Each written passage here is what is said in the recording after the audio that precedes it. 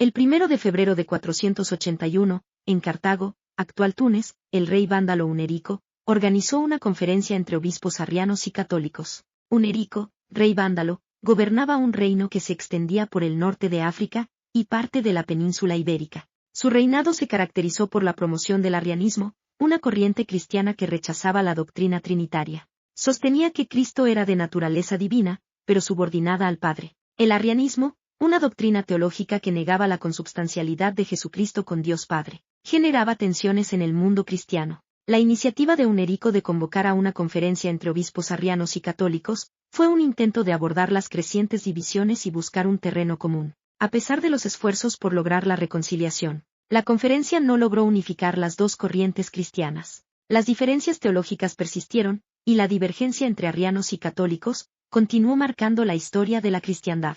El 1 de febrero de 1327, el adolescente Eduardo III accede al trono de Inglaterra. Sin embargo, el control real recae en gran medida en su madre, Isabel de Francia, y su amante, Roger Mortimer. Eduardo III, ascendiendo al trono a la temprana edad de 14 años. Su madre, Isabel de Francia, desempeñó un papel central en la conducción de los asuntos del reino. Su astucia política y habilidades estratégicas la convirtieron en una figura dominante. A la sombra de Isabel de Francia, emergió Roger Mortimer, como una figura poderosa y controvertida. Amante de la reina y consejero del joven rey, Mortimer ejerció una influencia sustancial en la toma de decisiones. Su ascenso al poder no estuvo exento de conflictos, y su relación con Isabel generó tensiones en la corte y la sociedad de la época. Eduardo reinó Inglaterra desde el 1 de febrero de 1327, hasta su muerte en 1377. Restauró la autoridad real tras el desastroso reinado de su padre Eduardo II. Convirtió el reino de Inglaterra en una de las más importantes potencias militares de Europa.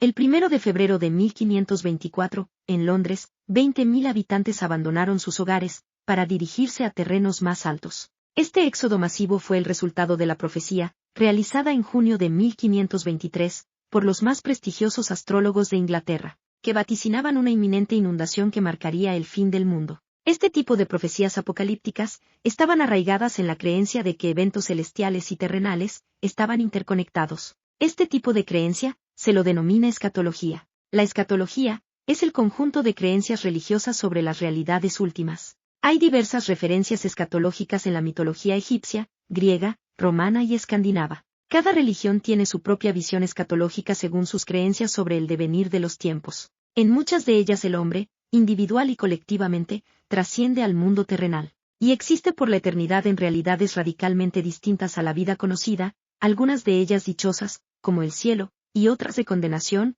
como el infierno. El 1 de febrero de 1814, la erupción del volcán Mayón deja un saldo de más de 1.200 personas fallecidas, convirtiéndose en la erupción más catastrófica registrada en la historia de este volcán. El volcán, de unos 2.421 metros sobre el nivel del mar, norte de la ciudad de Legazpi, Filipinas, es conocido como el cono perfecto, por su forma cónica perfecta. Forma parte de la cordillera que se extiende al sur de Manila, de unos 330 kilómetros de longitud. El monte Mayón fue clasificado por los vulcanólogos como un estratovolcán. Es el volcán más activo en su país, habiendo entrado en erupción alrededor de 50 veces en los últimos 400 años. En este volcán se han producido más de 30 erupciones mayores que causaron pérdidas humanas y económicas. La más destructiva ocurrió el 1 de febrero de 1814, cuando la lava enterró la ciudad de Caxaba. Murieron unas 1.200 personas, y solo permaneció en pie el campanario de la iglesia del pueblo. El 1 de febrero de 1900, el joven pintor Pablo Picasso llevó a cabo su primera muestra individual de dibujos en la taberna modernista Los Cuatro Gatos. La taberna, situada en el barrio gótico de Barcelona, fue fundada en 1897. Se convirtió en un punto de encuentro para artistas, escritores y pensadores vanguardistas de la ciudad. Su ambiente bohemio y su compromiso con la innovación atrajeron a figuras destacadas del modernismo catalán. Picasso nació en Málaga, un 25 de octubre de 1881. Fue un pintor y escultor español, creador, junto con George Braque, del cubismo. Es considerado desde la génesis del siglo XX, como uno de los mayores pintores que participaron en los variados movimientos artísticos que se propagaron por el mundo, ejerciendo una gran influencia en otros grandes artistas de su tiempo. Sus trabajos están presentes en museos y colecciones de todo el mundo. Además, abordó otros géneros como el dibujo, el grabado, la ilustración de libros, la escultura, la cerámica, el diseño de escenografía y vestuario para montajes teatrales. El 1 de febrero de 1908, el rey Carlos I y su hijo, el príncipe heredero Luis Felipe, perdieron la vida en un atentado. Carlos I, ascendido al trono en 1889. En su camino hacia el Palacio Real, el carruaje pasó por la avenida del Terreiro do Paco. Fueron disparados varios tiros desde la multitud. El rey murió inmediatamente, su heredero Luis Felipe fue mortalmente herido, y el príncipe Manuel fue alcanzado en un brazo. Los asesinos fueron muertos a tiros en el lugar por guardaespaldas, y posteriormente reconocidos como miembros del Partido Republicano. Aproximadamente 20 minutos después, el príncipe Luis Felipe murió. Días más tarde, su hermano menor Manuel fue proclamado rey de Portugal, el último de la dinastía y del país. Su asesinato y el de su heredero supuso, 2 años más tarde, la caída de la monarquía y la proclamación de la República. Mucho después de su asesinato, apareció María Pía de Sajonia-Coburgo-Gousse y Braganza, quien alegó ser la hija bastarda legitimada del rey Carlos I, reivindicando los títulos de princesa real de Portugal y de duquesa de Braganza.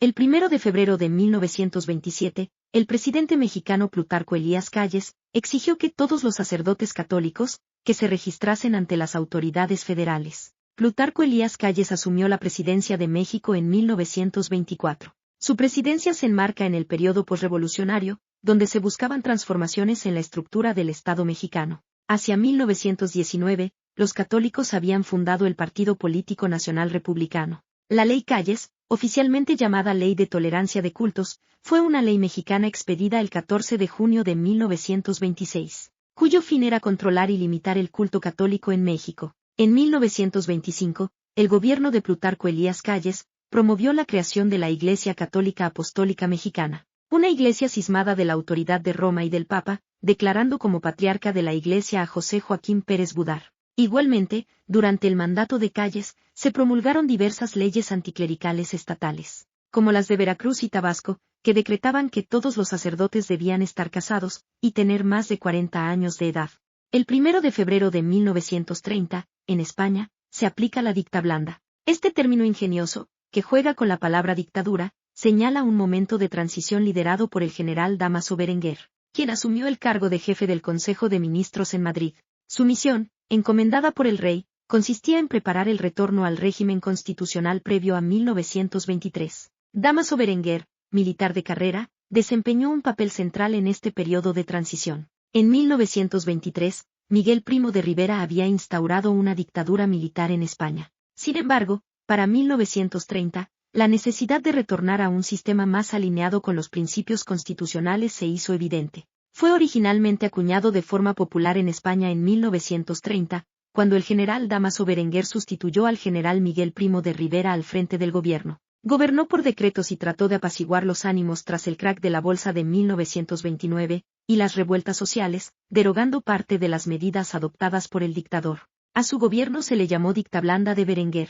El 1 de febrero de 1932, Puyi, el último emperador de China, proclamó la independencia de Manchuria con el respaldo de las fuerzas japonesas. Puyi, quien ascendió al trono imperial a la edad de 2 años, fue el último emperador de la dinastía Qing. En 1932, los japoneses designaron a Puyi regente de Manchuria. En marzo de 1934, Puyi fue oficialmente entronizado como emperador del Manchukuo. Los poderes de Puyi como monarca fueron muy pequeños, debido a que en realidad Japón gobernaba prácticamente el país. Durante sus años de reinado, las tareas de Puyi consistieron casi exclusivamente en cumplir con el ceremonial palaciego. El reinado de Puyi concluyó en agosto de 1945, cuando los ejércitos de la Unión de Repúblicas Socialistas Soviéticas liberaron Manchuria. No se conocen muchos detalles exactos sobre la vida de Puyi en sus últimos años, debido a cierto secretismo del nuevo régimen. No obstante, se sabe que tras ser liberado en 1959, Puyi trabajó en el Jardín Botánico de Pekín de 1959 a 1963,